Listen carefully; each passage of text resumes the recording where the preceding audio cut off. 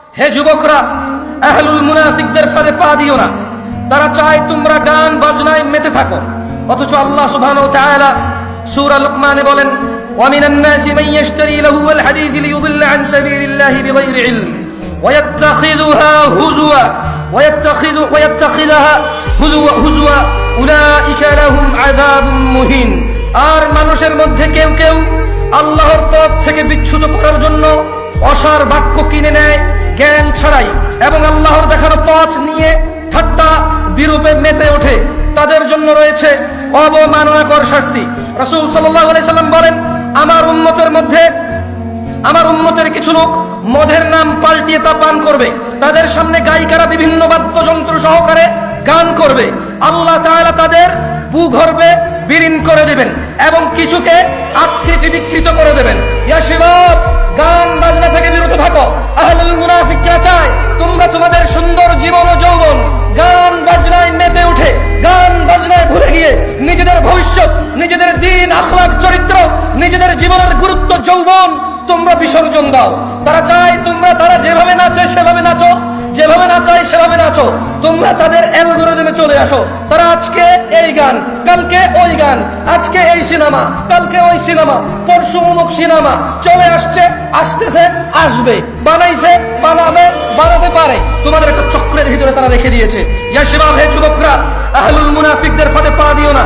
তারা চায় তোমরা নেশায় মুক্ত হয়ে তোমরা তোমাদের জীবনটাকে জাহান্নামের দিকে ঠেলে দাও। তারা চায় তোমরা নেশায় মুক্ত হয়ে নেশায় নিজেকে উজাড় করে দিয়ে, উৎসর্গ করে দিয়ে তারা চায় তোমরা জাহান্নামের নিকটবর্তী হয়ে জাহান্নামের গভীরে গহ্বরে তোমরা বিলীন হয়ে যাও। তারা চায় তোমরা শয়তানের ফাঁদে পা দাও, তোমরা আল্লাহর দ্রোহিতায় মেতে ওঠো। তারা চায় তোমরা নেশা করে আল্লাহ ও তার রাসূলের দ্রোহিতায় মেতে ওঠো। অথচ আল্লাহ সুবহানাহু ওয়া তাআলা চায় তোমরা সফল হও, সফলতার দিকে আসো। তিনি সুবহানাহু ওয়া তাআলা বলেন, ইয়া আইয়ুহাল্লাযীনা আমানু, হে তোমরা যারা ঈমান এনেছো। কারা কারা আমরা ঈমান এনেছি রবের প্রতি? তাকবীর! ঈমান এনেছি কারা কারা? কার প্রতি ঈমান আনছি? তিনি আরশের মালিক কে? বিচার দিবসের মালিক কে? জান্নাত জাহান্নামের মালিক কে? সুস্থতাকারী কে? রিজিক দাতা কে?